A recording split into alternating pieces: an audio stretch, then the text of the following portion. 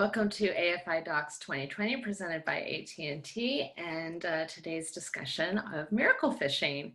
My name is Sarah Harris. I am the senior programmer for AFI Festivals and I'm really excited to be here today. I want to thank all of our supporters of the festival, including presenting sponsor AT&T, all of our AFI members, and you, our viewers. So thanks for being here. As I said, we're here with the team for Miracle Fishing, which is a film that was set to premiere this spring at the Tribeca Film Festival and has been some 20-25 years in the making.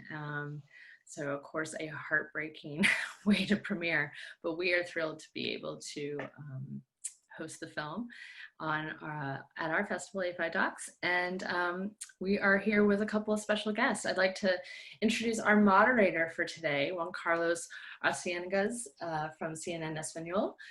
He will be moderating today, and then we have our director, Miles Hargrove. Hi, Miles. Thanks for being here, and our producer, Eric F. Martin. Hi, Eric. So I am going to disappear, and I will let you gentlemen take it from here. So thanks. Thank you. Thanks, Sarah.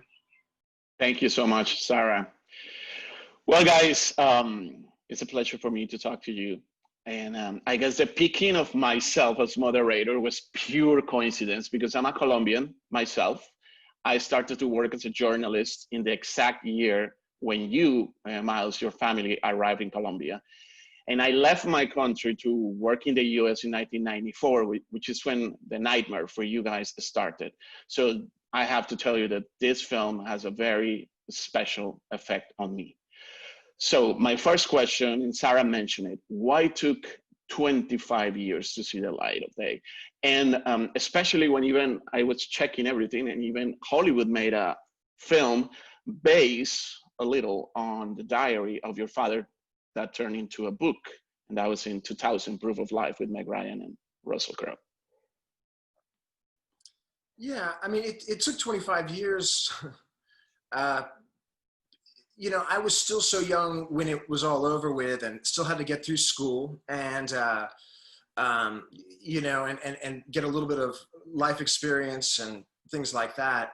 I actually began the technical process of you know, starting the film in I want to say 2001. I got an editing system, you know, and I thought, oh, I'm going to get this done in the next year or two. I'll be done. You know, by 2003 and in 5, I just, you know, I had to take work and pay to be able to do another round of interviews in Germany with some of the characters or in England. And so it just took a lot more time. And I was just naive, you know, in my belief that I could get it done so quickly. You know, and then over time, it became clear that in order to get it done, that I was going to have to get it, that I would need help financing it. I would need partners. And so that process in itself took a number of years. And I began, you know, my career in doing documentary behind the scenes work for feature films because of the film that was loosely inspired by my dad's story. But I hadn't proven myself as a storyteller. So anybody that I went to, they said, oh, this is a, you know, great idea. We love your material. We think we've got another director for you, or we've got somebody else who can edit it. You know, just, you can have meaningful input. Things like that to, oh, it'd be great to do recreations of this and that. And that just wasn't what I felt. I felt like anybody could do that, but I felt like what this story had was, you know, it's such a personal standpoint. If it came from me, I just felt like that was the way it had to be. Just keep it real, keep it gritty, keep it raw, and not do any trickery. Just kind of work with what, you know, we had. And in 2008, I finally got some semblance of a decent deal, and it fell through very quickly when the stock market crashed that year. And very shortly afterwards, my mom was diagnosed with cancer, and I pretty much dropped the film at that point. And that was in 2008. She died a year later, and my dad followed 15 months after that. And so it yeah, for nearly a decade, I couldn't touch it. And then finally in 2017, around about, I felt like I had gained the experience I needed from other people's projects and from just working on any kind of project that I could work on. And so I felt like it was time. And, so I dedicated pretty much the entire past over 4 years now, just editing it, and was lucky to get Eric involved, at that point. And he really helped me bring it home. So Eric, now to you. How did you start approaching the project, and what were those first conversation and discussions with Miles? Yeah, Miles showed me, we looked at a cut of the film in his studio in Dallas, like you said, I guess it was 2017. And it was like, I had known Miles' wife and my wife are friends. I sort of knew there was this like story about how Miles' dad had been kidnapped, and really all I knew about it was that line. Like, I just like, Miles' dad was kidnapped, and his story was loosely adapted into Proof of Life, and it was like, well, that's a crazy story, but that's really all I knew about the story. It's not the kind of thing you just like tell over dinner, right? So he told me he had made this doc about his dad's kidnapping, and I really had no idea what to expect. Like, I didn't know that he had kept home video recordings of the entire 11-month ordeal. I didn't know really anything. So I just sat down to watch it with a completely blank, kind of slate. And I was completely blown away. It was incredible. The footage was so intimate and personal. The material was so surprising in that, like, the way that everything actually goes down, the way that people really deal with these moments is so wildly different than the way, fictional Hollywood films portray kidnappings. Like, there's always some, machismo expert who comes in and like takes care of business. And that was Miles and Robert and Susan, 3, 4 or 5 people who just had no idea, like, they'd never done this before. Like, this was way outside their depth. And that's what really amazed me, which is like this, like, the incredible truth behind like this group of people coming together to say, like, here's this impossible task, but our chances of success are vanishingly thin, but we're going to do it. We're going to go all in and figure out how to, bring our family member back. So yeah, I was just engrossed from the beginning. I thought it was an incredible story, and just an incredible treasure of footage that like had to be a movie. Absolutely. Now, Miles, a family tragedy turned you into a professional filmmaker. But your mother even asked you to do this for your father, right? But we don't see much of your challenges and emotional toll. How was it for you personally? Well, You look like you're always in control. That's what I mean. But I'm sure you were not at some point. Well, yeah. I mean, there were plenty of times where I definitely wasn't. It went on for a long time, and so you only see, what you see. I sometimes wish I had been a little bit more open to the camera about my feelings. I was really doing it more as like a home video for my dad. It wasn't never meant to be. It originally wasn't meant to be a documentary. Correct. It just sort of became that over time. I felt at the time that I was dealing with it very well, as overall, in the sense that because of the camaraderie that we developed with our neighbors and our friends, that helped us throughout this whole process. We were able to sort of develop some sense of normalcy, and so we sort of. Things just became normal for us after a while. I I think it's really more in retrospect, you know, after it was all over, you know, particularly as the years have gone on, that it's not just something that came and went. It stayed with us, you know, forever, my entire family. And it certainly has for me. I mean, what it caused me to spend, you know, 25 years essentially trying to tell this one story that actually, you know, was just a fraction of that time. And it doesn't really make a lot of sense. I think, you know, it obviously has had a tremendous impact on me, and I just was never going to be able to let it go until this documentary was finished the way that I wanted it to be. Eric, when you see all of the material that you had to work with, because it seems that Miles were like 24/7 filming, capturing every single moment. Did you find something that he didn't shoot at that time that you said, oh, this would have been like incredible? You mean like, is there something I wish he had shot? Yes. I mean, sure. Like, I think there's always like, you know, there's always, you know, you can always sort of imagine moments that you sort of wish had been captured, but we really had like kind of an embarrassment of riches. I mean, Miles can talk about like, there's probably not as much footage as there seems to be. There's only what, like 40 hours of footage, Miles? Oh, it's only 28 hours. 28 hours of footage. Wow. So yeah. Like, you know, for a doc that's shot today, like it's not uncommon to have hundreds of hours of footage. So, you know, it probably seems like we had, like you said, he shot 24/7, but he really didn't.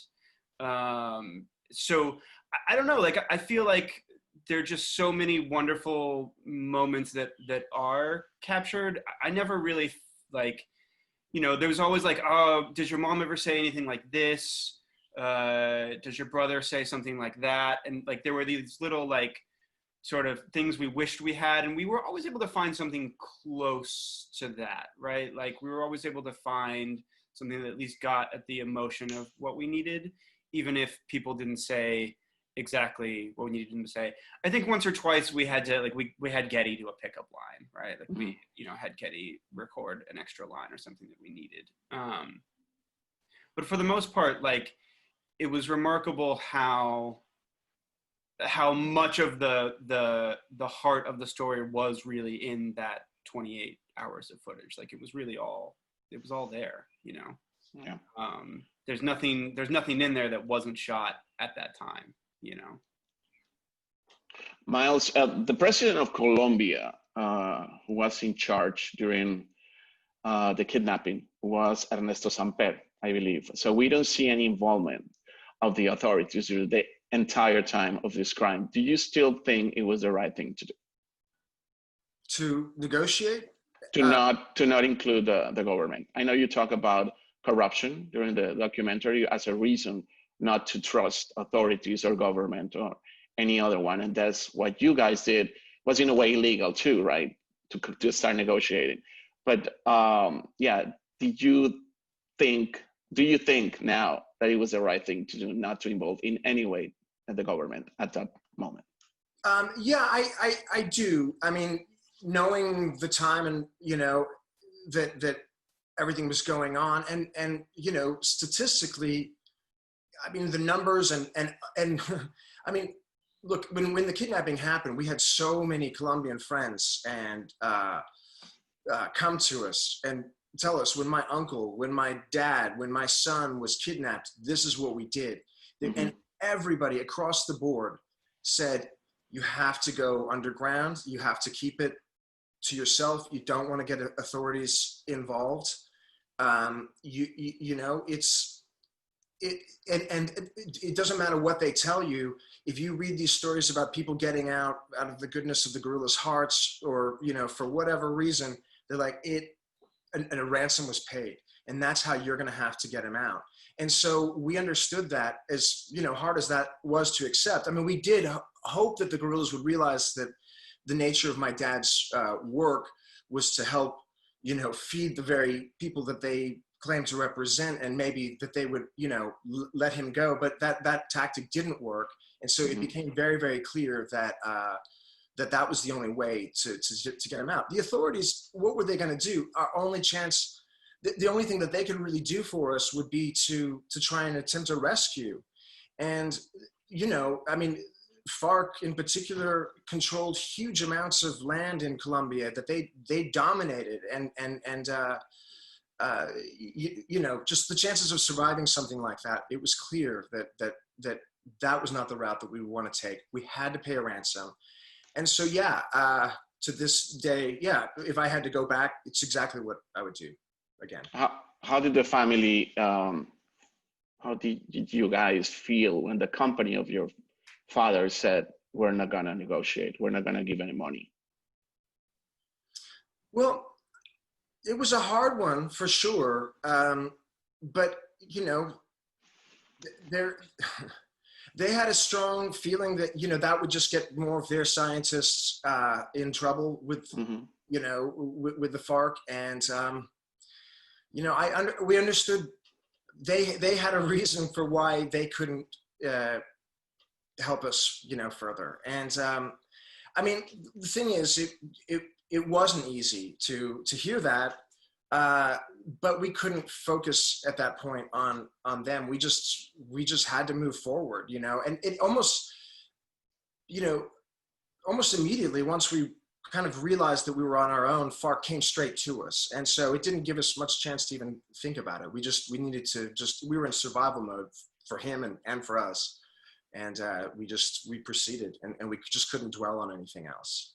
I actually want to jump in. I think that's one of the things that I always thought was really interesting about how Miles and his family dealt with what happened is like I think there's like some of the notes we got when we were, you know, working in the film is people were like, why isn't there more like, you know, wailing and gnashing of teeth? Like, why aren't there more, you know, scenes of people like, you know, upset and at their wits' end? And in talking to Miles, like, you know, there are times where people are upset, and I think you see those. But like, what's really remarkable is that they sort of just go into this, like Miles said, this survival mode. And to me, seeing that is like, there's like this truth in that. It's like, you know, again, in a dramatized version, there would be lots of scenes of people pondering their fate and why this happened to them. But like, when you're just struggling to survive, I think you just like, you block that stuff out and you drive forward in this way that we see them do. And then as Miles described, you know, a few minutes ago, like the rest of that stuff kind of unfolds over years and years as you like have time to sit and think about it. But when you're in that mode, it's just like, you're just going, and there's just no space for that kind of, for those kind of thoughts, you know? And that's always something that really connected with me. I would see that in this footage, and I thought that was really, well, to me, it was a movie remarkable. Tell him, Eric, about the books you're reading. Oh yeah, so I mean, one of the, like, I started reading, you know, I was looking for other stories that were like this to like kind of gain a sense of perspective and maybe like pick up some tricks about helping to tell this story. And one of the things I struck on was just like extreme survival stories. So like Shackleton and his crew on the Endurance, their trip to Antarctica in the early 1900s, where their ship was trapped in the ice and they were stuck, you know, down in the ice in Antarctica for over a year and forced to survive, you know, completely on their own in you know, the most hostile environment on Earth. And it struck me that there were parallels in that both these groups of people were just sort of stuck in this situation that was far beyond their control. They had no idea when it would end, or if it would ever end, and if it would end well or badly. And they just had to find a way to get through the day, really. That's like the big goal, is like, yes, survival, or yes, getting Tom out at the end of the day, but in the meantime, having to get through the day is the biggest kind of challenge. And one of sorry. Yeah, I was gonna say, but the thing that really struck me about like Shackleton's crew is that they did what Miles and his family did, which is they threw parties, they had nice dinners, like they played games, they made the best of their situation, and every single one of them survived. Around the same time, there was another crew in the North Pole who did not have that kind of attitude, and they fell into depression. Their group splintered, they went separate ways, and the vast majority of them died. There were only like a handful left of the 30 some odd crew that lived to tell the tale. And it struck me that really, like, what, you know, the way that Miles and his family approached that by having those dinners in the kiosco and I was thinking about it. Music, it's like, it seems really banal, but actually that's a survival mechanism. Mm-hmm. And that's what made them successful, and that's what brought Tom back at the end of the day, was them arguing about Benny Goodman and Pavarotti, you know? Yeah, absolutely. Miles and Eric too, what's the plan to show this film in Colombia? Have you done it? I think this would be something that needs to be shown there. It's super important to me. And, you know, I would love to. We're trying to figure out plans, you know. I mean, obviously we had hoped to show it in a theater with Miles there, like, you know, all along that was part of the hope, but COVID-19 has changed that. So, you know, so much of our distribution plan has been thrown for a loop. But absolutely, like, we want to make sure that it gets shown there. Yeah, and I hope that I mean, for me, Colombia is still to this day one of the greatest countries I've ever been to. I love it immensely, and the people. I mean, and they came forward and helped us out. I mean, some were foreigners as well, but people came and helped us. I have great love for Colombia and Colombians, and I really it was hard in a sense because it's a subject matter that's almost like a stereotypical story about what you hear about Colombia, either drugs or kidnapping. And Mm-hmm.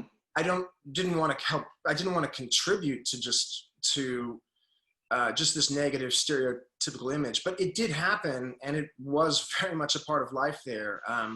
So I had to tell the story, but I hope that it comes across to Colombians as really kind of a, you know, that there's no hatred or, you know, anything like that towards Colombia. If anything, we felt so, when it was all over with, we could go to the US and get on with our lives, you know. And I mean, there's so many people, an entire nation that dealt with it for decades, you know, and had no way of getting away, no escape.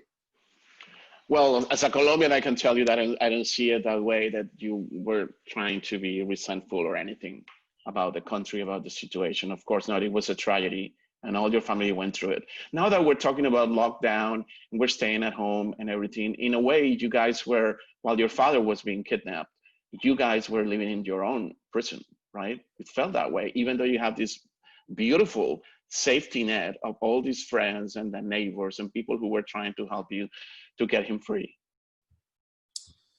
Yeah, I mean, the parallels, there are quite a few parallels. I mean, in the sense that, you know, we just all have to be really patient, and we have to just get through things one day at a time, and we just have to try and, you know, take the best attitude that we possibly can. And however, I mean, the big difference obviously is we could lean on our friends. It was a small group. We couldn't really expand outward, and that was fine. We could actually really lean on each other, and we needed to be around each other. And unfortunately, that's, you know, not the situation. That's not a way people can really deal with the current situation. I mean, we all have to be apart. So that's the big difference. Have you gone back to Colombia during all those 25 years? Or I have. I went back in 2005 and interviewed Robert. Part of, you know, I interviewed him in Spain as well a few years before. But I went back. I just immediately, it was so wonderful to be back just from the second I put my foot on the ground. And it was a beautiful week, and I can't wait to go back again. So Eric, have you thought about maybe this is time for Hollywood to make a really good film about this also? I mean, I think it would be amazing to tell the real story, right? I mean, in so many ways, I think like we've always talked about Susan was kind of the hero of this story, right? And she's the one. It's very much an ensemble cast, but like she's the one who is really driving things forward and making a lot of those key decisions. And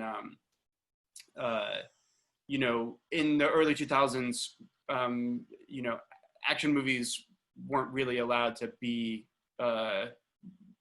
represent like what the truth of this story was. They all had to have, you know, for box office reasons, had to have that like big, you know, male star involved.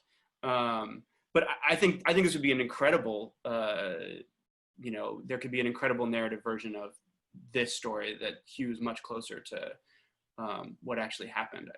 Because like I said, I think so much of what happened is so much more interesting than the way that these things get portrayed.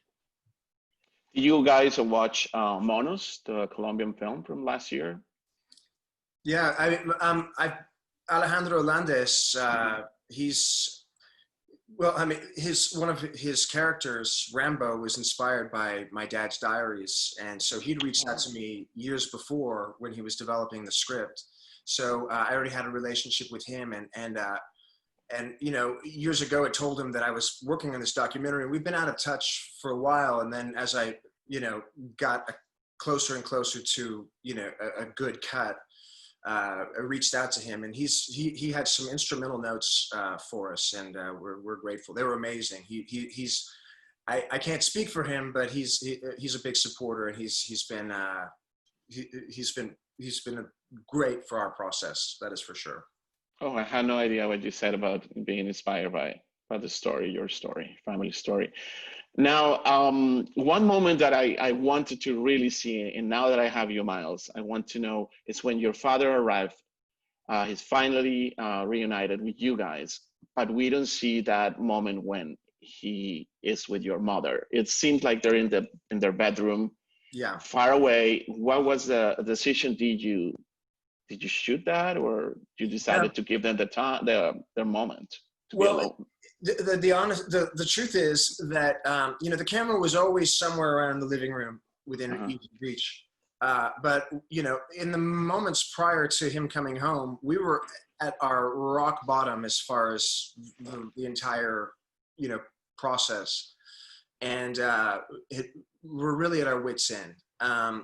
And I was in the kitchen and trying to get something together for dinner, and I just heard this noise coming out of the front door. Wow. And I ran over, and there he was. He scared the hell out of me when I first saw him. Because I mean, I knew it was him, but he looked so different. Yeah.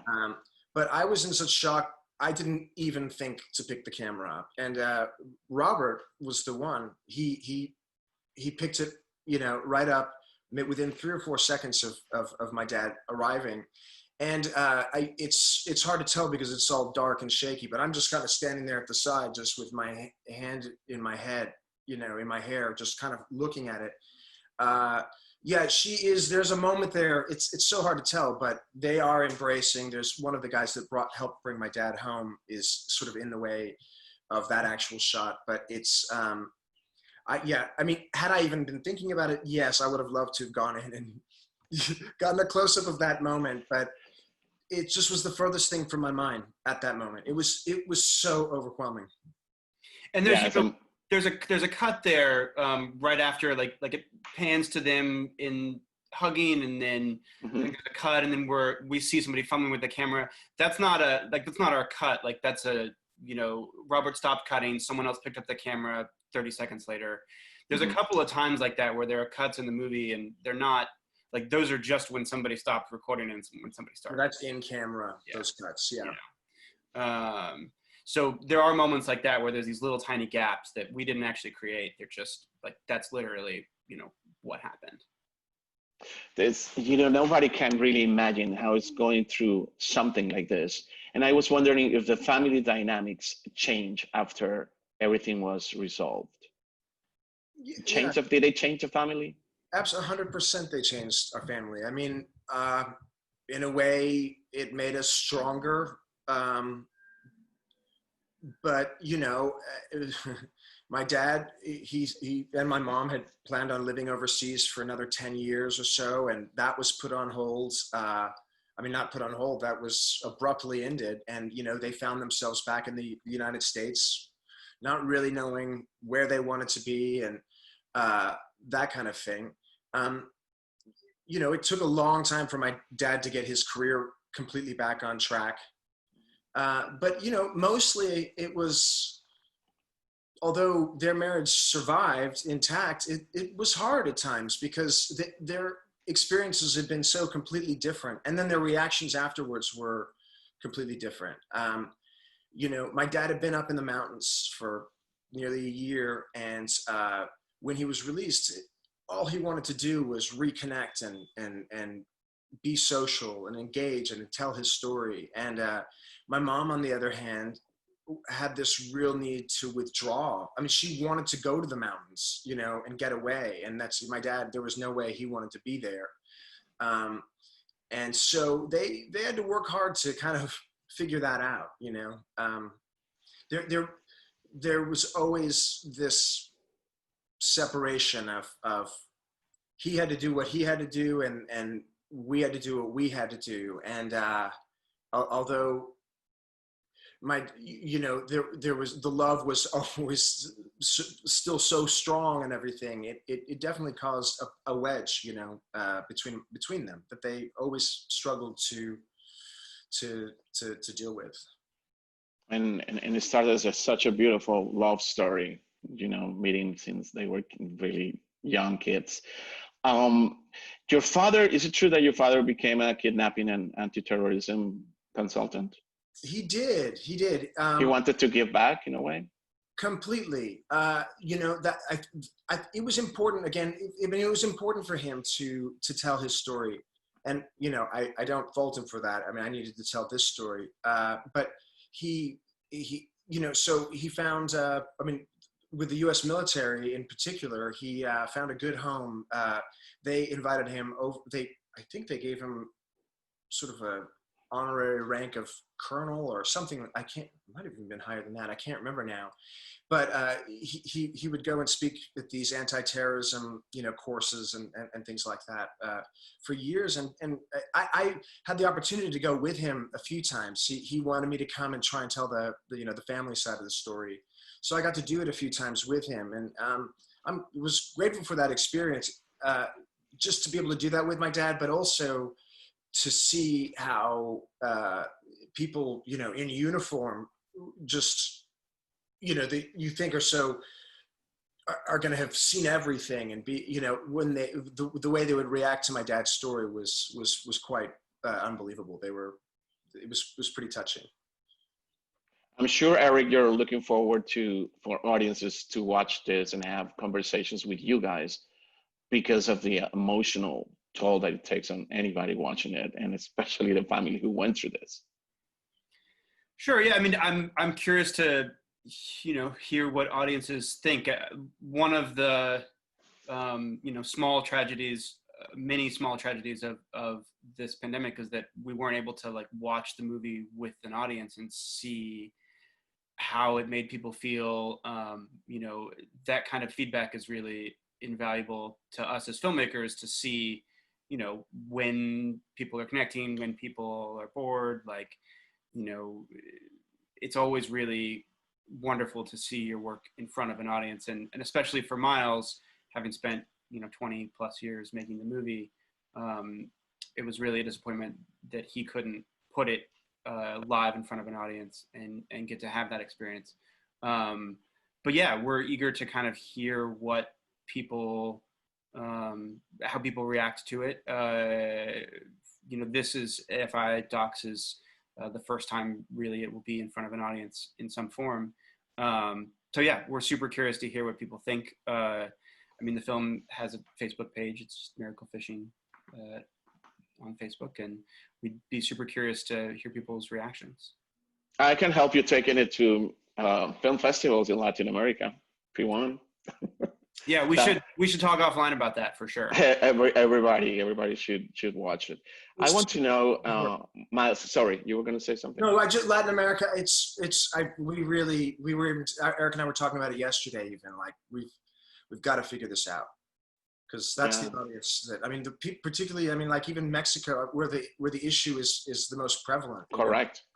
Correct. Yeah, I was thinking about Morelia, Guadalajara in Mexico, Cartagena in Colombia, etc., Panama. I want to know, while you were thinking already, planning to make this film, your parents were still alive. What was the input that you will receive from them, or they didn't want to know anything about it? No, my parents were extremely supportive. They wanted me to make it. But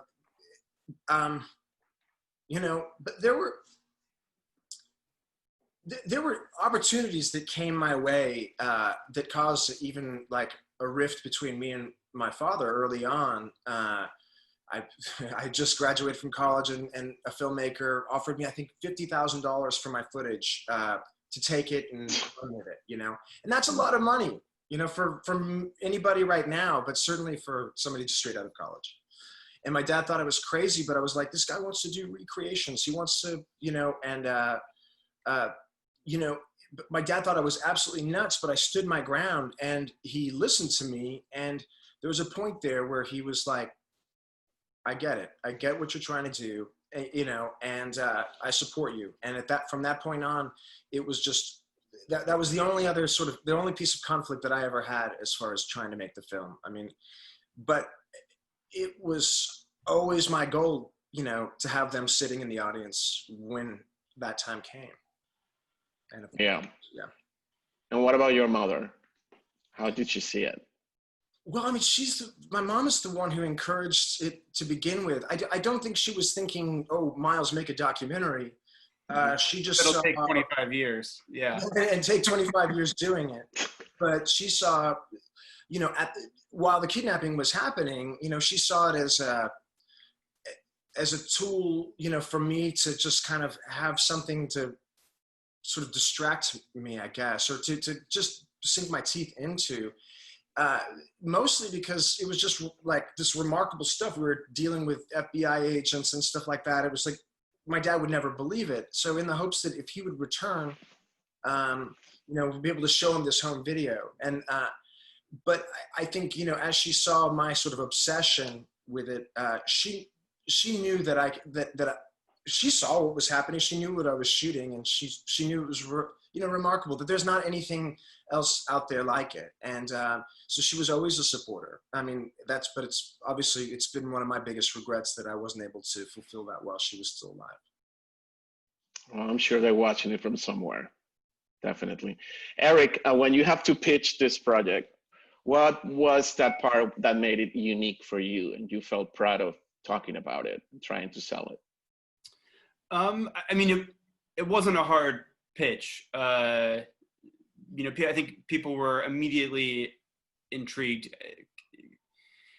For better, for worse, like, kidnapping stories, people sort of have an understanding of the moving parts in it, and they understand the stakes intrinsically. You don't have to explain any of that stuff. I think the part that